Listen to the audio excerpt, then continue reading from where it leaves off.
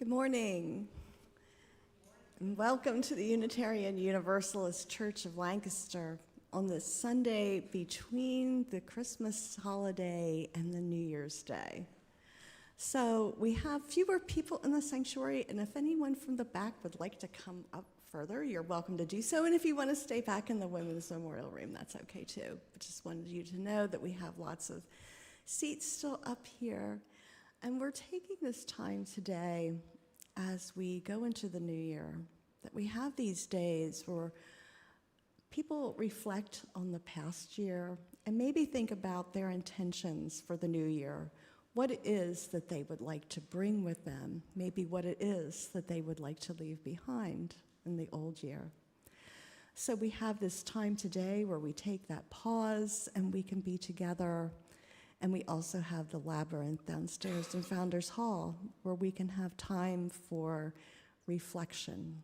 So today, let us give ourselves this gift of the pause and know that this is the only place that we need to be for right now.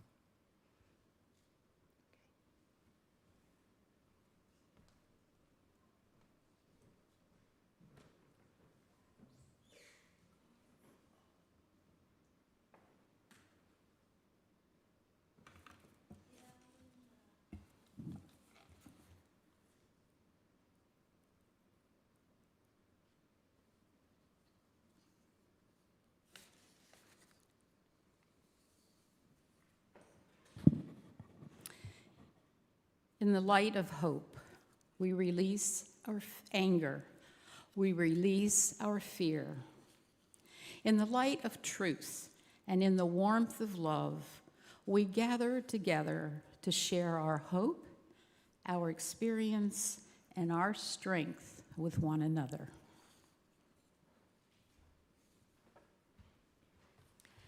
So please rise as you are able and join with us in singing hymn 293, O Star of Truth. Diane's going to play it through for us because I think we haven't sung it for a while, and then we'll join in.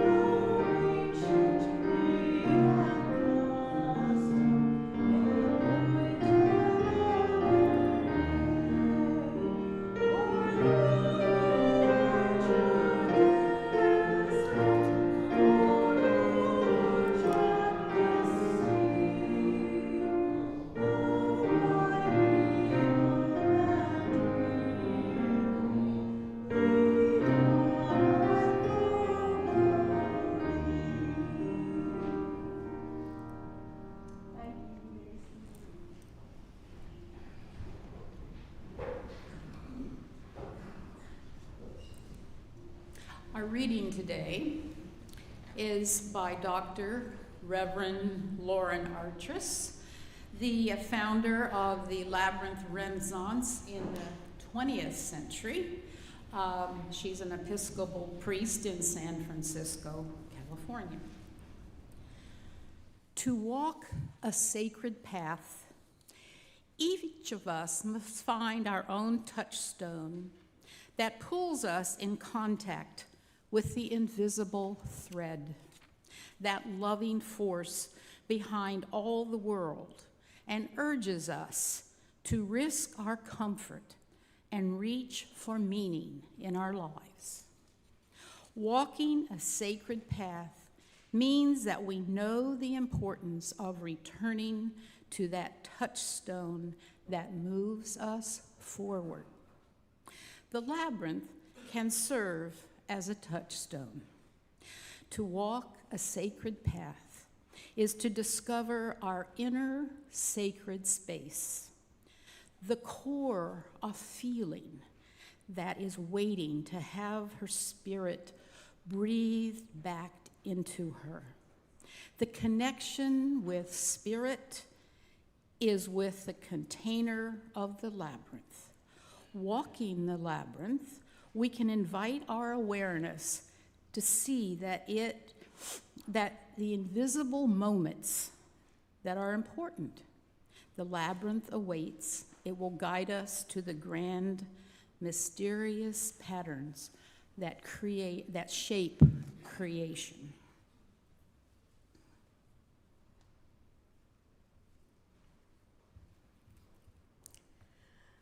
So please join with me in responsive reading, number 544, New Year's Day. It's in the back of your green hymnals, and I'll just give you a few moments to find that page, number 544. I'll be reading the regular print, and then we'll have you respond with the print that's italicized. The 1st of January is another day dawning, the sun rising as the sun always rises, the earth moving in its rhythms.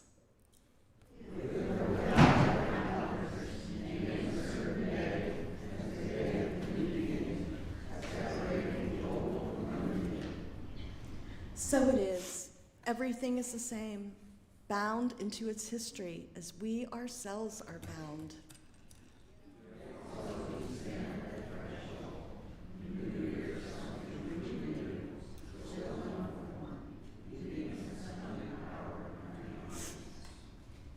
What shall we do with this great gift of time this year?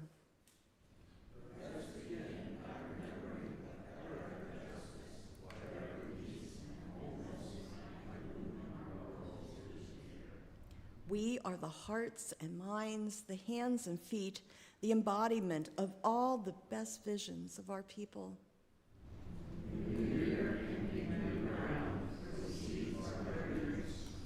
Let us take the step forward together onto new ground.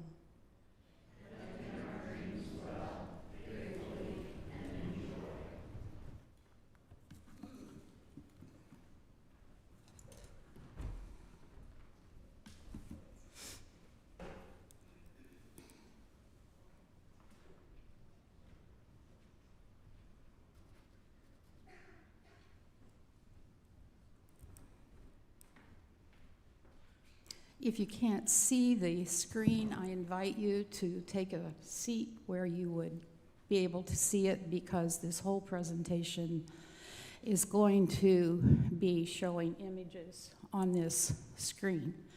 So if you're, like I say, if you're in a position you can't fully see it, please feel free to take another seat. Energy is present in all things, all of the time. Humanity is a doorway to the energy that exists throughout the universe. Energy is the continual power we carry within our bodies. The energy force is delivered as vibrations to our body, has health benefits to strengthen and balance most basic bodily functions. For the optimal processing and results, our body needs to be directly connected to that energy force, to that energy source, and feel the physical integration produced by that ever-present energy. When your body is receptive, you can benefit from the delivery of energy. We are infinite energy. To be aware of this potential source is necessary because our brains are the paths of connectivity. The brain's right and left hemispheres are dimensions of harmony and balance. Discovering and using this conduit is the ultimate goal for our best journey in health. The human cycle, birth, life, death, is the most obvious display of the always changing, never-ending rotation of energies, vibrations, power, and rhythms.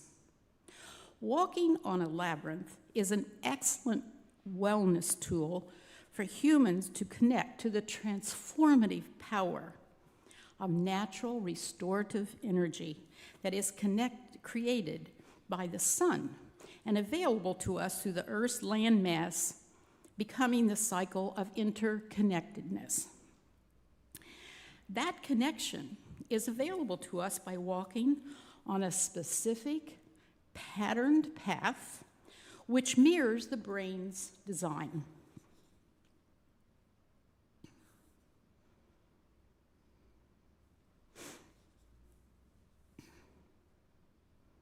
I lost my place. This instrument, the Labyrinth, is open and available to us here at the UU Church of Lancaster since 1995. We have 2 labyrinths. The power of the labyrinth is an invisible force of energy. This power source can be helpful, relieving physical pain, mental upsets caused by grief, confusion, injury, displacement, loneliness, or anger. Benefits from walking on a labyrinth are accessible to a willing spirit to follow a spiraling pathway inward and outward at your own time and pace. The effects on a person can be subtle, cumulative, and unconscious. Repeating this easy exercise regularly can build and support good health and become a practice of living life forward.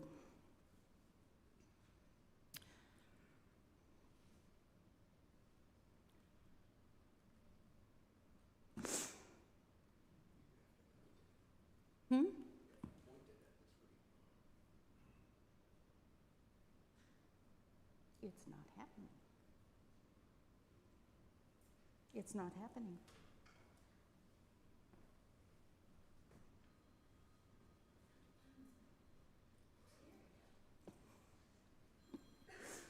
Oops. I'm not quite ready for that one.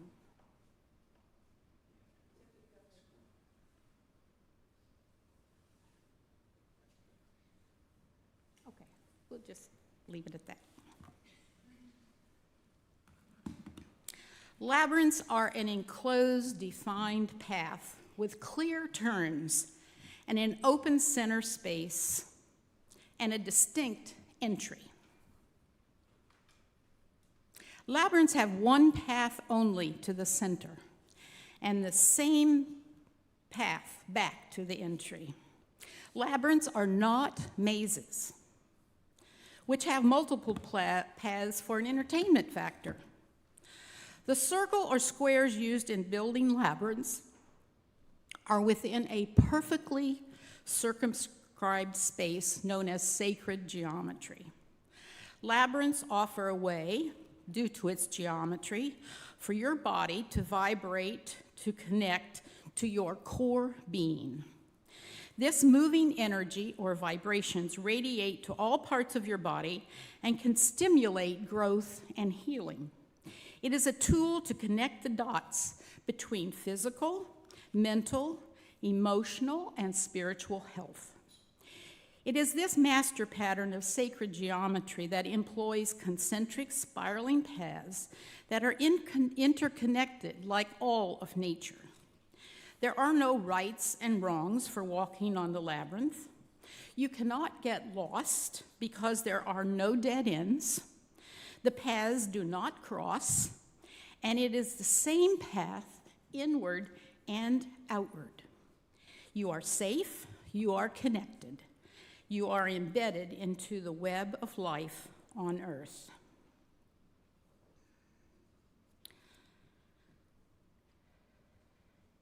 You will see here that there are two types of labyrinths shown. They're called unicursal because it is one path in and one path out.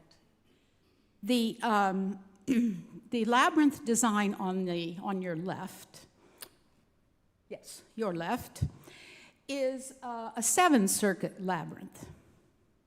We have a 7-circuit labyrinth embedded into the floor of our Founders Hall. On the right is an 11-circuit labyrinth. When I say circuits, I mean paths. And if you look, you can find the outside entry, and you follow that with your eyes without crossing any lines. There are turns, many turns, and that's when you change direction. And you will find there is a center space where you can stop to reflect, pause, and then return the same way back. Today, we have the 11-circuit labyrinth canvas out for your walking. Labyrinths are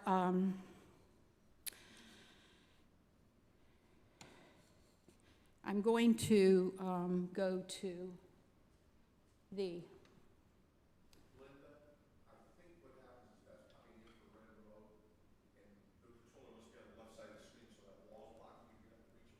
Oh, is that the problem? Okay.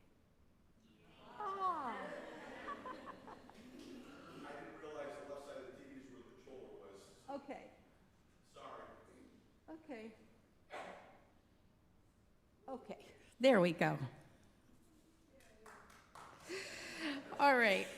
Yes, labyrinths are thousands of years old. Labyrinths have existed across cultures and time for thousands of years and served a variety of purposes.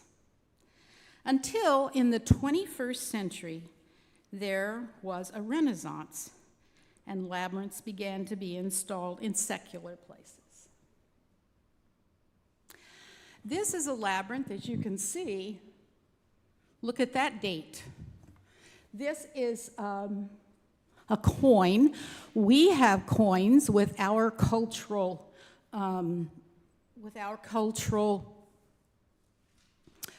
symbols on it, such as presidents.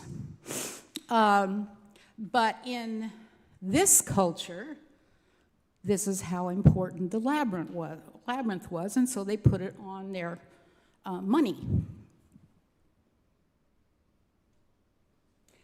This is probably either on a wall or in a floor because it's made of iron. But again, a material that is fairly indestructible. And so they wanted to be sure that their culture always had it available for using as a symbol of peace, serenity, spirit, whatever they needed to connect to the labyrinth.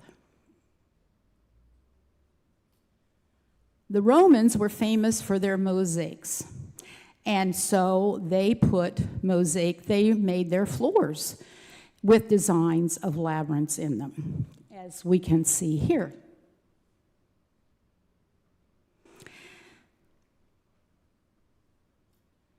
This is at the Chartres Cathedral in France, which was built in the 1200s, and it is still there today. Many labyrinths have been destroyed through the many years, but this one is still available in the Chartres Cathedral in France. The only problem is if you visit that cathedral,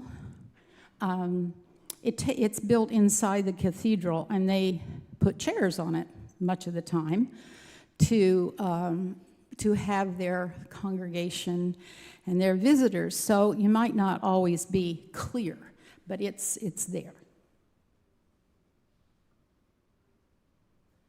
Along the Baltic coast, this is the type of outdoor labyrinth that was all around the coast because sailors walked the labyrinth for many reasons.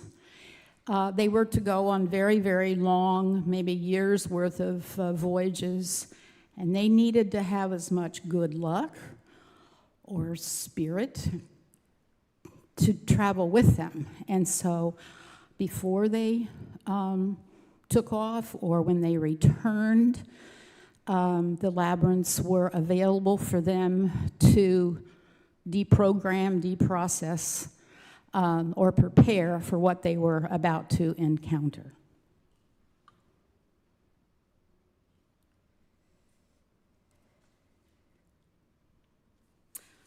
Like I said, in the 21st century, there was a renaissance led by Dr. Lauren Artris, and labyrinths began to be installed and used in secular places like medical centers, educational settings, prisons, retirement communities, therapy clinics, office buildings, spas, and retreats. This happened because through wellness studies and medical research, many health benefits were discovered to occur when people walked in the specific patterns of the labyrinth, as in slowing the breath, focusing each step, letting the mind clear and drop to their center or heart space, grounding your body and spirit within a space of peace and clarity heals and strengthens the whole body.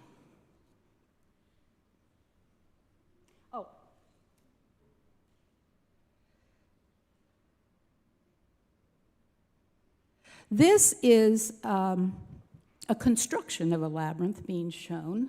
It's in a local location. And the reason I'm showing this is for a couple of reasons.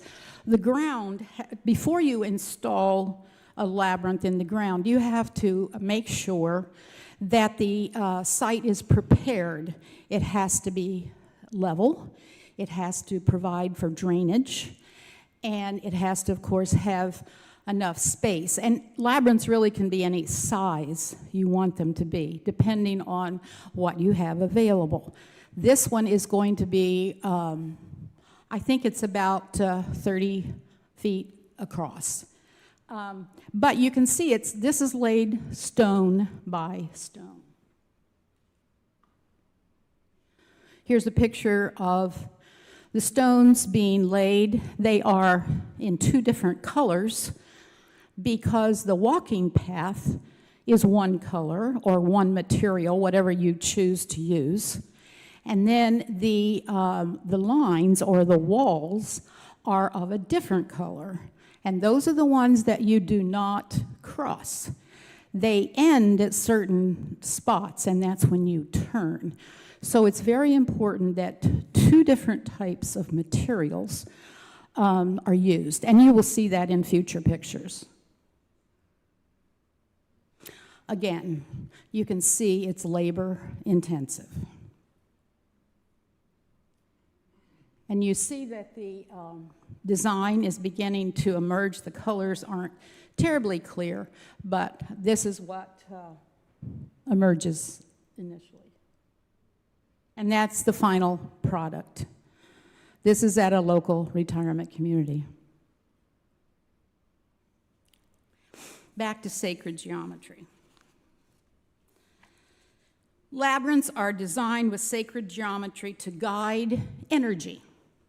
Sacred geometry is an ancient science and the universal form in all nature and the cosmos. Sacred geometry explains the energy patterns that create and unify all things. This geometric principle is found repeatedly in the natural world and religious architecture like temples, mosques, synagogues, and churches. Sacred geometry not only explains energy patterns, but more importantly, organizes the ability to do work. Sacred geometry gives labyrinths power and proportion due to its specific composition of concentric circles. The math behind sacred architecture and organic spirals is the golden ratio, or the divine proportion. The golden ratio is the key element of sacred geometry, and the flower of life is the most familiar symbols. Symbols of the flower of life are everywhere in nature.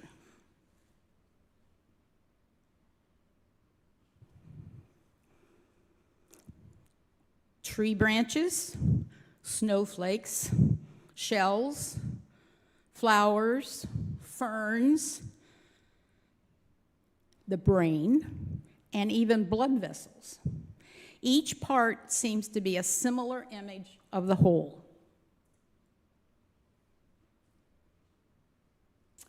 This is a tree that has the branches, which are designed by nature of sacred geometry.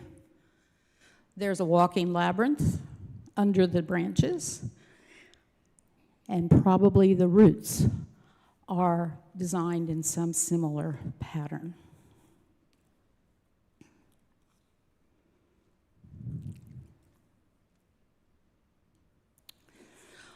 Organic spirals of flowing energy, air, water, galaxies are expanding and contracting, moving and transforming into never-ending energy.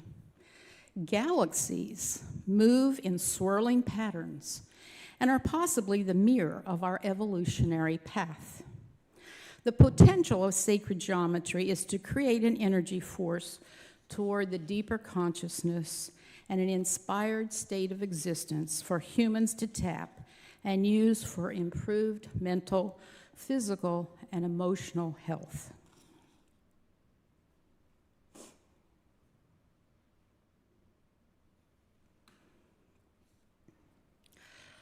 This labyrinth is in Baltimore at the Johns Hopkins Bayview Hospital. It's outside. It's been there a very long time. But their patients, their visitors, are encouraged to use it for processing, preparing, downloading whatever experience they have been through at this hospital. And you can see there are two there's a brick, the red brick is the walking path, and the light-colored stones are, again, what we call the walls. If you stay on the walking path, you will not get lost. You will arrive at the center. But I will tell you, at the entry, if you stop and try to figure out exactly how it gets there, you will get confused. It's like when you're on the highway, and it gives you all these directional signs, and you're like, I want to go that way, and they're telling me to go this way. But we know that the engineering will get you going the correct direction. This is an outdoor labyrinth that we found in the desert of Arizona. It's made out of stones and sand. And I believe it's at a spiritual center. I can't remember, maybe a monastery or a spa or a retreat center. This is a flower labyrinth. Now that would be pretty maintenance, high maintenance. But you can see that the walls are made out of floral material, and the paths are, I can't tell, probably stone or sand. But also the attraction of having the fragrance or the shapes of the floral materials is another form of calming, relaxing, healing energy as you walk. This is the Chartres Cathedral Labyrinth again. You can see they have this labyrinth pattern lit in a similar way that we have our labyrinth. This is what our labyrinth looks like downstairs, and we have it lit in a similar way. But you can see it's inside the cathedral, and like I say, sometimes there's chairs on it. This is probably in an open park or a public area that, again, you can see the difference between the walls and the circuits and the paths. So it's open for the public. It's open for sometimes festivals or celebrations, or all kinds of events can be planned to use the labyrinth.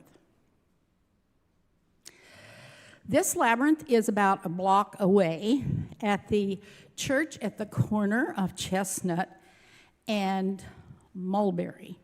It's, I believe, an Episcopal, St. John's Episcopal. It's in their courtyard. This was taken at Christmas time, and you can see the materials, the outside materials they used. And again, labyrinths are around the world. My husband and I, David, kind of make a travel hobby of visiting labyrinths whenever we go abroad or travel domestically.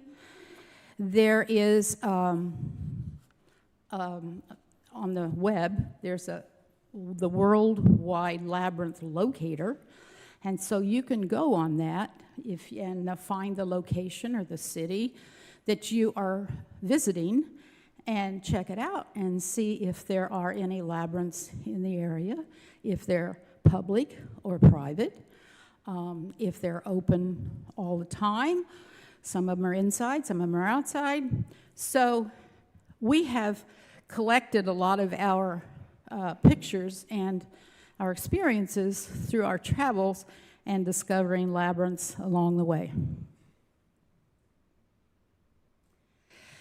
This is in Washington, D.C., at the Washington Cathedral. They have 2 labyrinths.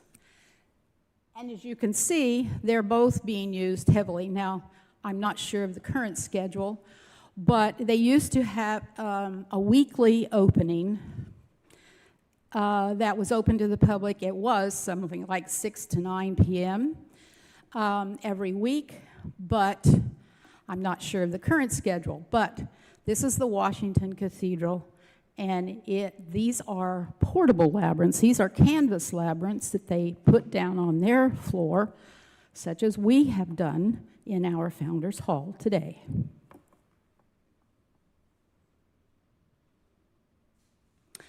This is in Germany and in Europe, and as you can see, this is probably what they call a hedge labyrinth. Just note that we go along, that these are not mazes. There's a very distinct difference between mazes and labyrinths. As I said before, mazes were made as a puzzle.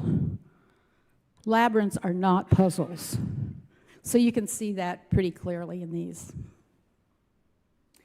This is near Baltimore at the Bon Secours. It's a spiritual center, but they have beautiful gardens and a beautiful labyrinth that's outdoors surrounded by woods. and benches. And again, you can see they've used two different kinds of stones or materials to distinguish between the paths and the walls. We found this in Oslo, Norway. David took this picture, and it was made of marble and granite, and it was in an art park. The only trick to this one was the walk was 2 miles long. So you had to be pretty dedicated to walk the whole labyrinth, which he did not do. He just took pictures.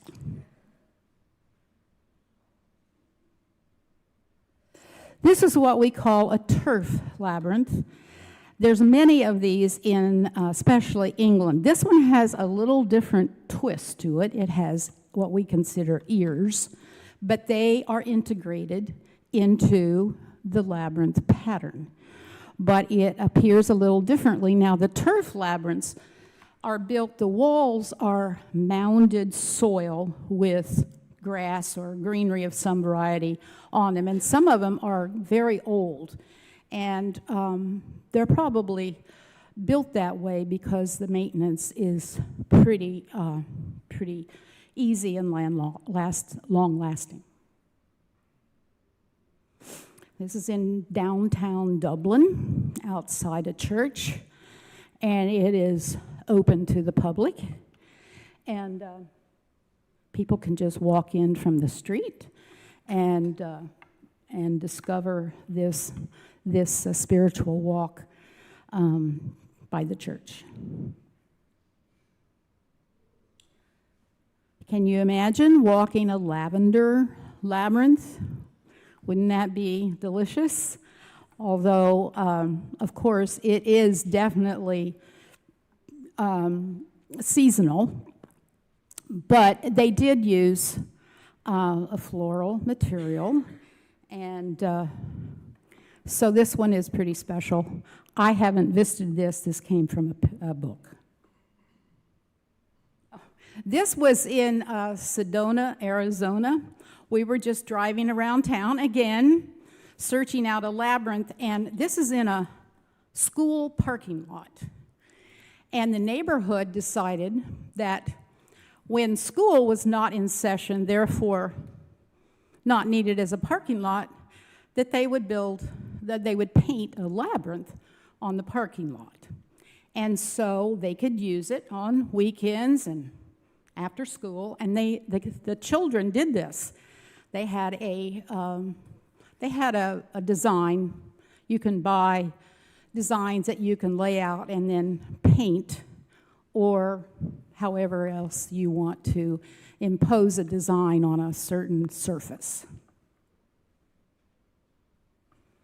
Some people, when they go to the beach, like to draw a labyrinth in the sand. Now, it's only there for a few hours because once the tide comes in, it washes away. But it is an exercise that some people find very inviting and fun, and a way to bring their spiritual practice to the beach.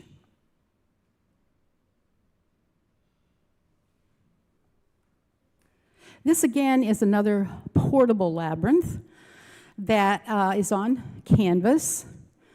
This was at a large convention center, so they brought it, and it was one of the activities that you could do between lectures or workshops. This is at a local school. It was built by the headmaster when he was there in, I would say, the 1970s. And it's brick and grass. The kids, the parents, still use it today.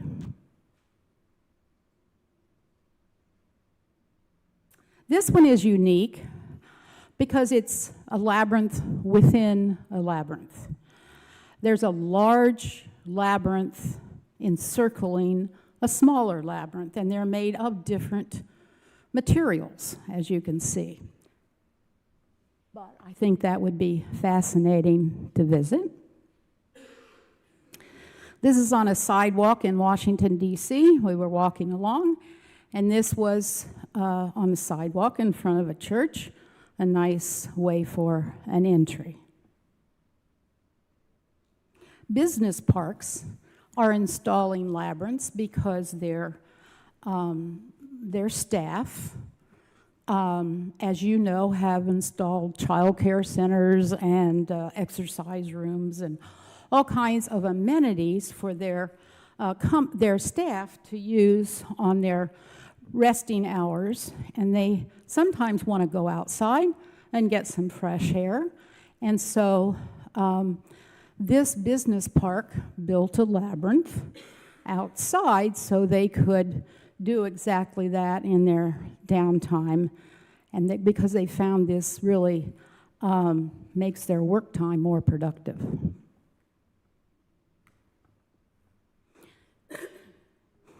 This is a finger labyrinth, and the background is a walking labyrinth. And it's actually, this is ours in Founders Hall.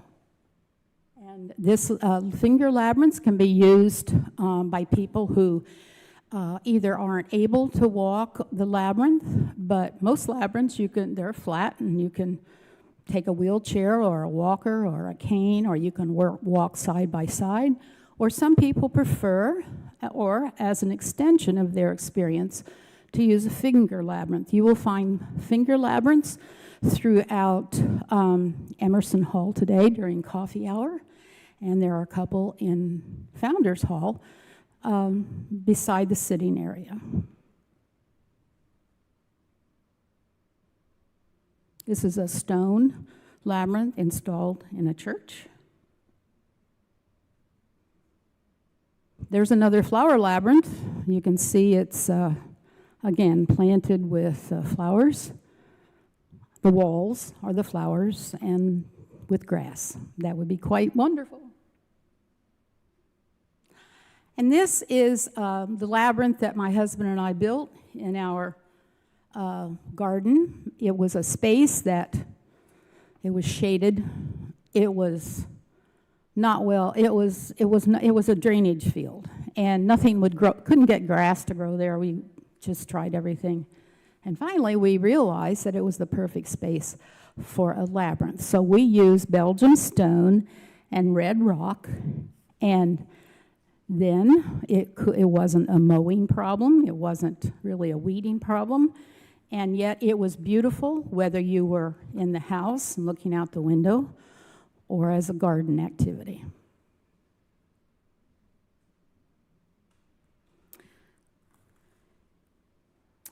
A little bit more about Earth energy.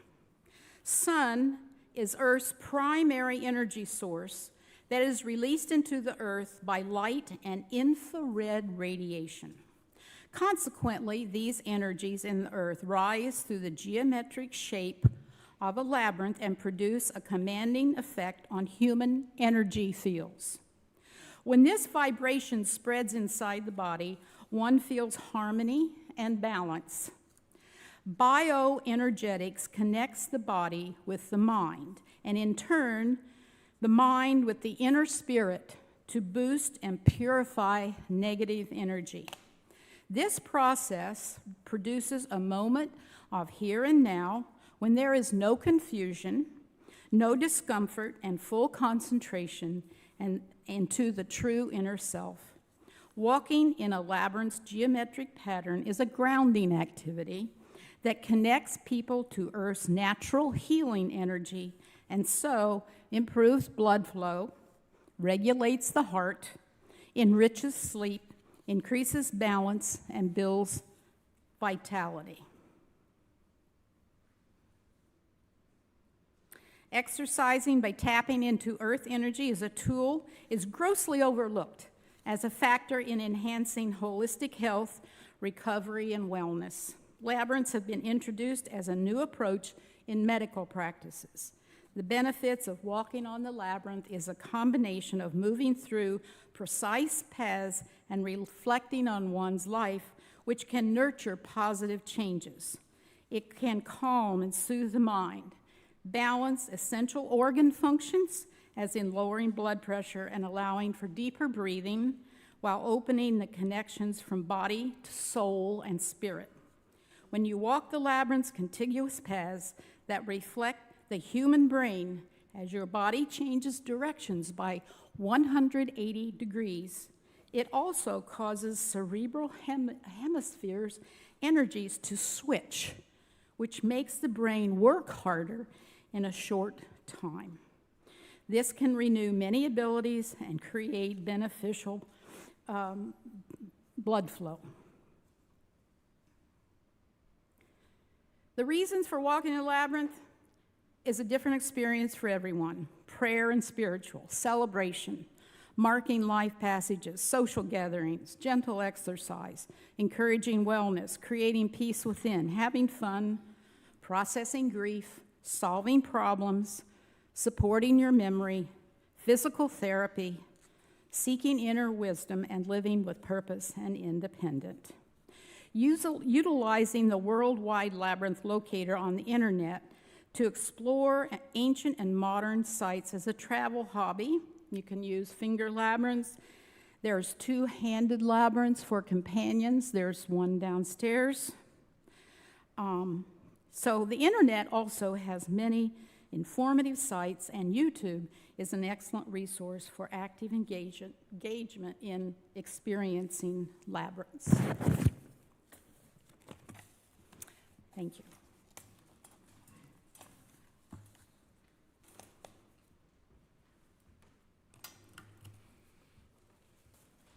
Thank you, Linda.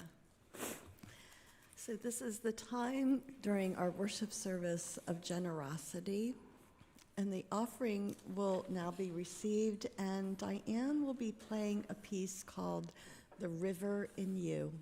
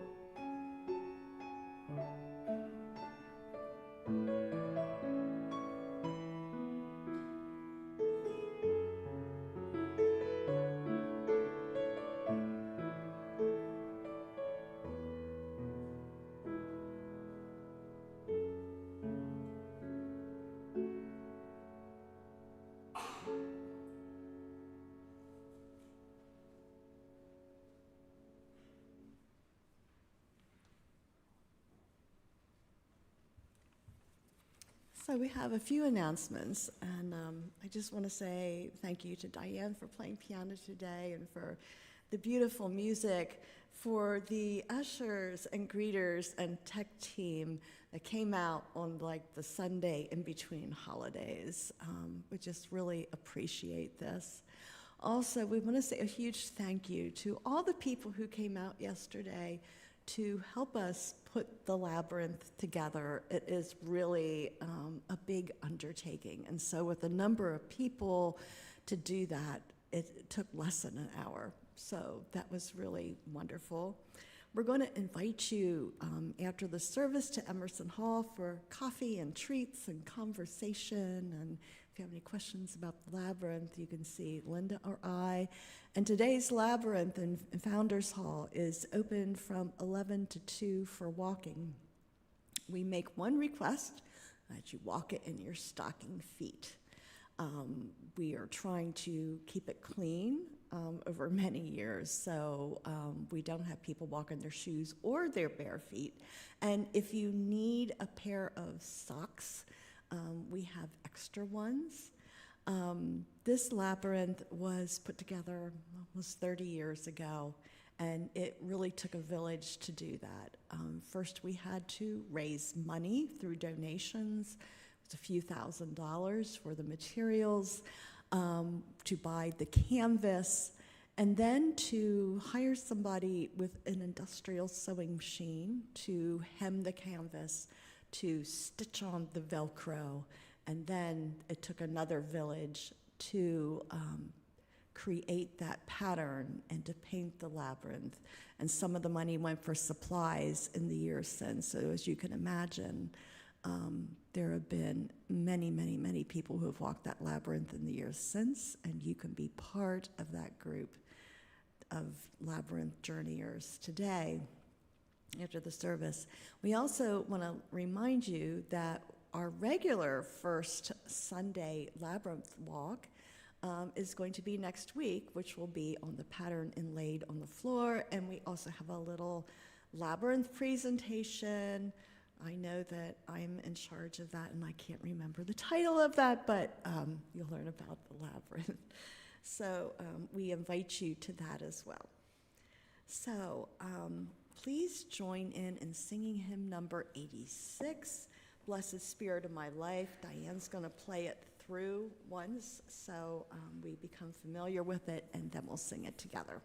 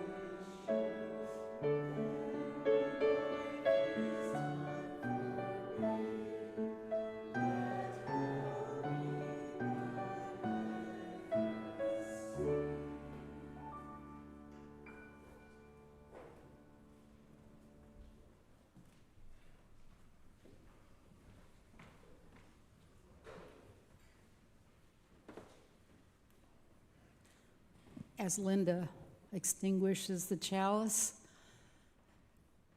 we wish you a good walk today or next week or whenever we have one of our first Sunday of the month walks.